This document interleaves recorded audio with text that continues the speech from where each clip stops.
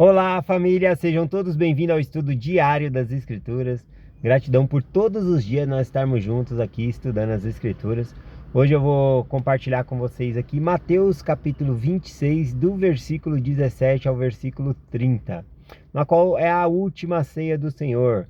Ele está celebrando, aliás, ele se junta para celebrar a Páscoa, junto com os apóstolos ali. E aí ele institui o sacramento, como símbolo da Páscoa para nós. Então nós comemoramos a Páscoa todos os domingos quando nós partilhamos do sacramento. Bom, os judeus eles olham para a Páscoa e comemoram a Páscoa olhando para o passado, por conta da saída, do povo de Israel, do Egito, tá bom? Nós olhamos para o passado no sentido que Cristo nos libertou, que ele já ressuscitou. Então nesse ponto nós olhamos para o passado, mas também olhamos para o futuro, porque a Páscoa é a ressurreição, que nós vamos ressuscitar também, tá bom?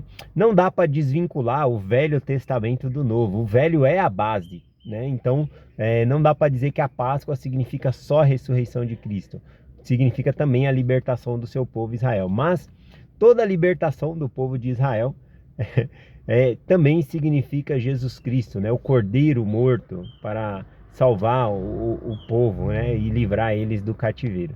Então esse é Jesus Cristo. Então tá tudo junto, tudo misturado. Então nós olhamos tanto para o passado como para o futuro, na Páscoa, tá bom? Seria incompleto falar só sobre o futuro da Páscoa, mas temos que ter essa base, o Velho e o Novo Testamento e a ressurreição que todos nós teremos. Então vamos lá. A Páscoa também, ela significa um começo de uma nova vida. Tá bom? Quando nós ressuscitarmos, vai ser o começo de uma nova vida. E também, aqui nessa terra, é uma oportunidade de nós melhorarmos e sermos pessoas melhores. Vamos lá então aqui. Vamos começar aqui no Mateus capítulo 26, versículo 17. Diz assim: E no primeiro dia da festa dos pães ázimos, chegaram os discípulos juntos de Jesus, dizendo: Onde queres que te preparamos o necessário para comer a Páscoa? Então, esse episódio da Páscoa aqui, da ceia, a última ceia do Senhor, está registrado também em Lucas, tá bom? E em Lucas tem alguns detalhes aqui também, que a gente vai acabar comentando aqui. Os apóstolos então perguntam, para Jesus Cristo onde ele quer que prepare a Páscoa, Então no dia dos pães ázimos ali. Lembrando que a Páscoa judaica é 8 dias, então eles já estão preparando ali, se perguntando onde quer que eles vão comer a Páscoa.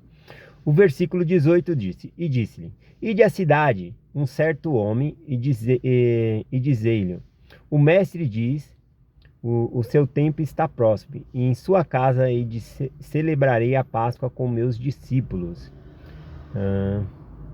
O versículo 19: E os discípulos fizeram como Jesus lhe ordenara, e prepararam a Páscoa. Bom, eu estou lendo em Mateus aqui, mas no livro de João, também falando desse episódio aqui, ele traz mais detalhes, tá bom?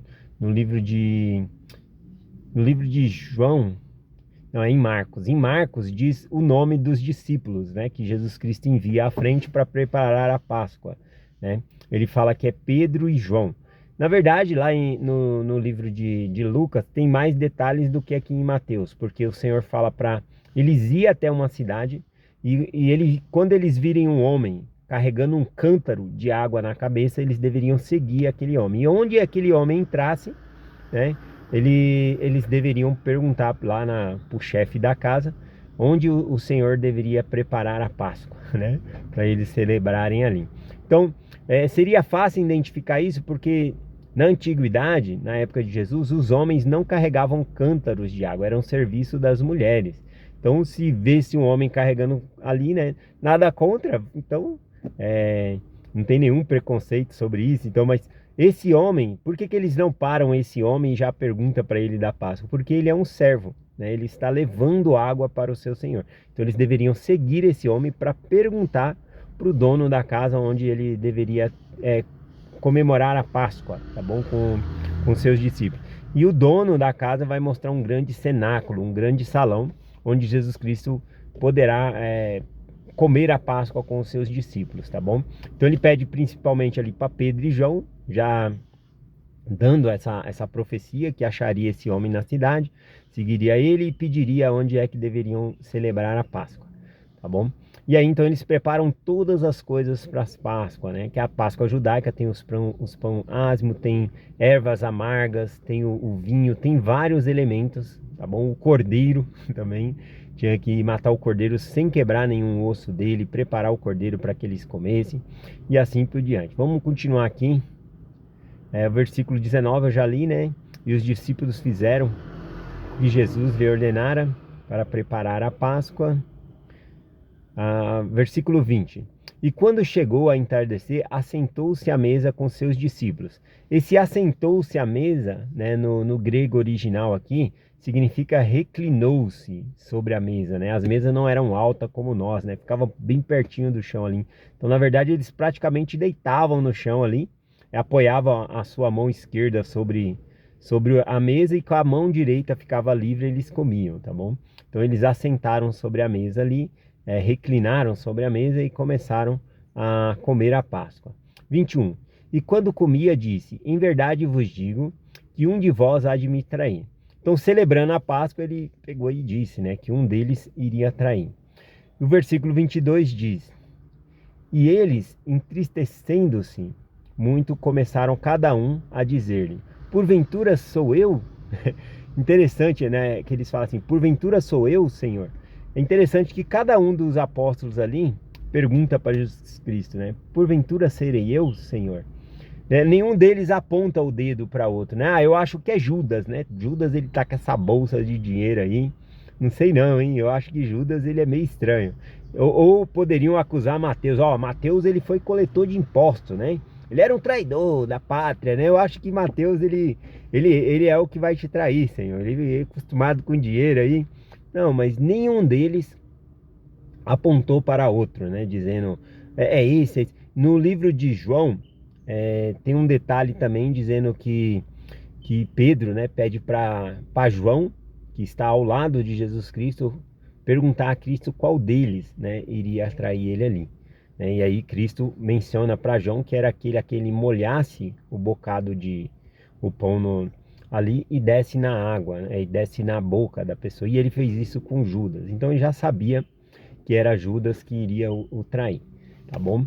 Mas ali, esse ato também de molhar o pão e dar na boca da pessoa é um sinal de grande amizade.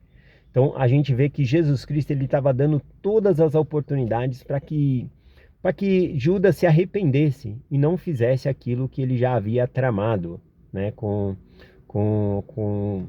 o Sinédrio, né, para entregar Jesus Cristo na mão dos romanos. Continuando aqui, versículo 23. E ele respondendo disse-me: põe na mão um prato comigo, e o que é o que me há de trair. Ou seja, aquele que come com ele é o que há de trair. E comer na mesa, né, na cultura antiga, significa um sinal de grande amizade. Versículo 24. Em verdade, o Filho do Homem vai, como acerca dele está escrito. Mas ai daquele homem por quem o Filho do Homem é traído. Bom seria se esse homem não houvesse nascido. Aqui é algo bem interessante para nós, né? Entender que Jesus Cristo, ele fala que o Filho do Homem vai, como acerca dele está escrito. Ou seja, Jesus Cristo já iria pagar por nossos pecados, sofrer, né, pelos nossos pecados, tá bom? A expiação ia acontecer de todos os jeitos, mas não tinha necessidade alguma de aquele que come com ele, um dos seus apóstolos, né, aquele que estava junto dele, pegar e trair Jesus Cristo, né? Então ele mesmo fala aqui: o Filho do Homem vai, como acerca dele está escrito. Mas ai do homem por quem ele é traído, né? Claro que existia a profecia de que aquele que come com ele o trairia, mas isso é uma escolha de Lúcifer, de Lúcifer não, né? De Judas. Ele escolheu trair o Salvador Jesus Cristo. No versículo, em Mateus 18:7 diz assim, ó: ai do mundo por causa dos escândalos, porque é necessário que venha escândalos. Mas ai daquele homem por quem o escândalo vem. Quando fala que é necessário que venha escândalo, significa que é inevitável. Vai haver escândalos. No mundo tem escândalos. mas nós não precisamos participar desse escândalo, ou ser os causadores desse escândalo. Até mesmo dentro da igreja, né, vai haver escândalos, mas eu não preciso fazer parte desses escândalos, tá bom? De igual modo, Cristo iria ser crucificado, mas não precisava Judas o trair, tá bom? É um ensinamento aqui. Versículo 25, então a gente vê aqui, ó, Judas também, né, falando assim: e respondendo Judas, o que o traía, disse: porventura sou eu, Rabi? E disse o Senhor, né, tu o disseste. Aqui, reparemos que todos os outros apóstolos, quando perguntaram para Jesus Cristo, porventura serei eu, Senhor? Eles usam a palavra Senhor, tá bom? Respeito. Eles consideram Jesus como seu Senhor. Judas, quando vai perguntar, ele diz: porventura sou eu, Rabi? Rabi, né, significa mestre, né? Era um termo usado para os rabinos, né, os que gostavam. Jesus Cristo até censurou já sobre isso, né, que eles gostavam de ser chamados de rabinos, né, de professores. Então veja que Judas considerava Jesus Cristo um professor. Tem muita gente que considera Jesus como uma pessoa comum, mas não, ele é o nosso Senhor, o nosso Salvador. Ao considerar ele somente como um professor, né, ele não viu mal nenhum em entregar Jesus Cristo aqui.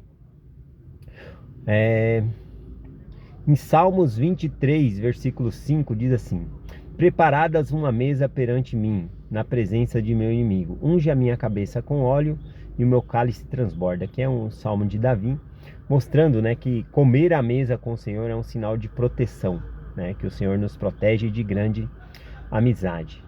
Bom, eu acho que o tempo tá corrido aqui. Eu vou ler aqui o versículo 26.